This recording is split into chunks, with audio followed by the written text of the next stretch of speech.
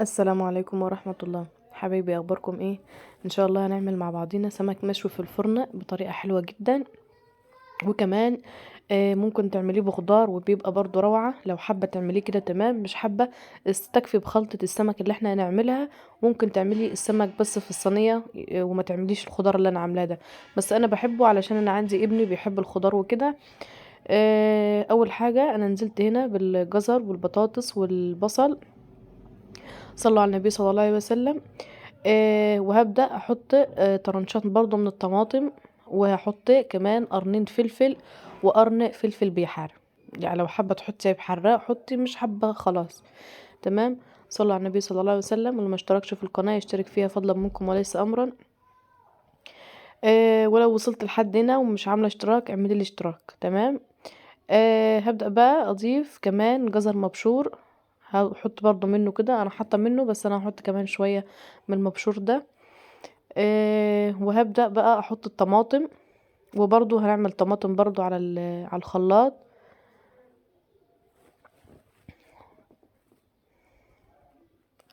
اتمنى يا ربي ان فيديو النهارده يعجبكم وتستفادوا منه ان شاء الله. معايا هنا بقى هجيب كده دي الخلطة اللي انا هحطها تحت في الصينية من تحت. حابة تعمليها تمام، مش حابة خلاص. معايا هنا الطماطم اللي انت شايفاها دي، ومعايا كمون كزبرة فلفل اسود وبابريكا، ومعايا بصلية بحجم متوسط.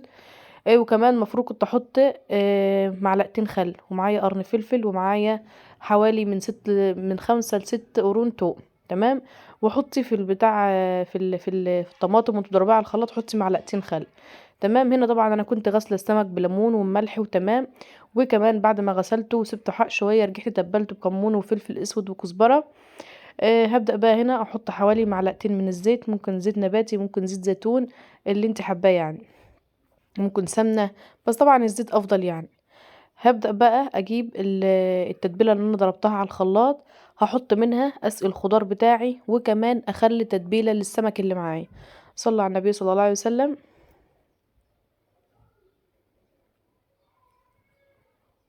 هبدأ بقى اقلب كل المكونات بتاعتي دي.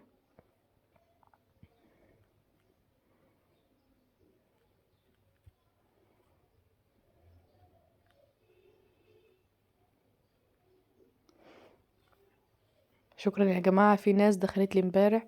بشكركم، ربنا يا رب يجازيكم خير.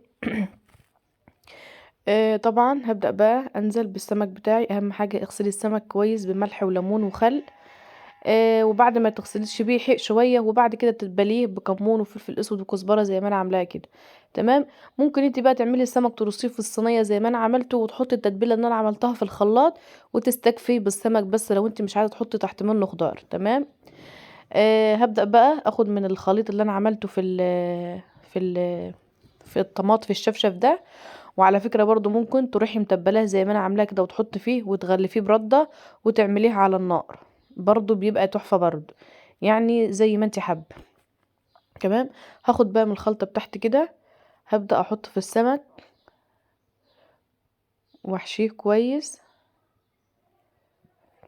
واللي هيفيض معايا من التتبيلة اللي انا ضربتها على الخلاط دي، هبدأ احط فين، واحط كمان رشة من الجزر كده المبشور.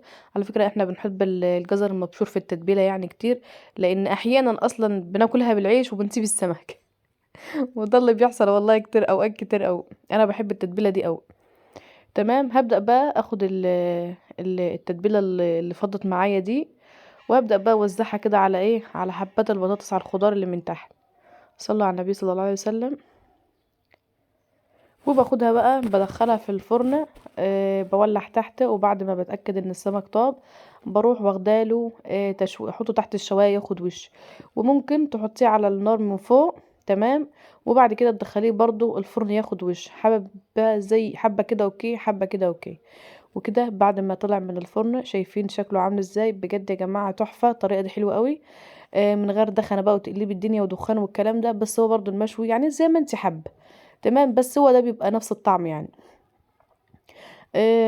حابة بقى تعملي جنبها رز وسلطة، حابة تعملي رز جنبها بس وتستكفي بالخضار اللي مع السمك. زي ما انت عايزة. تمام. هنشوفه مع بعضنا دلوقتي واوريلك قد ايه هو طيب من جوه، وبجد يعني الشكل بس كده يفتح النفس. صلوا على النبي صلى الله عليه وسلم. وكمان الخضار بتاعه طيب وحلو قوي.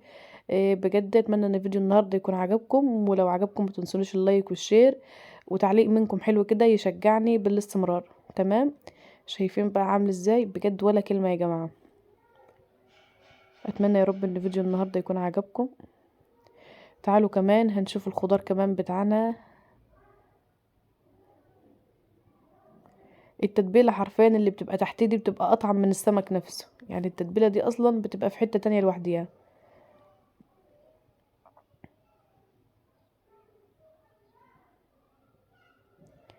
يلا لايك وشير لو عجبكم الفيديو. دمتم بخير، والسلام عليكم ورحمه الله وبركاته.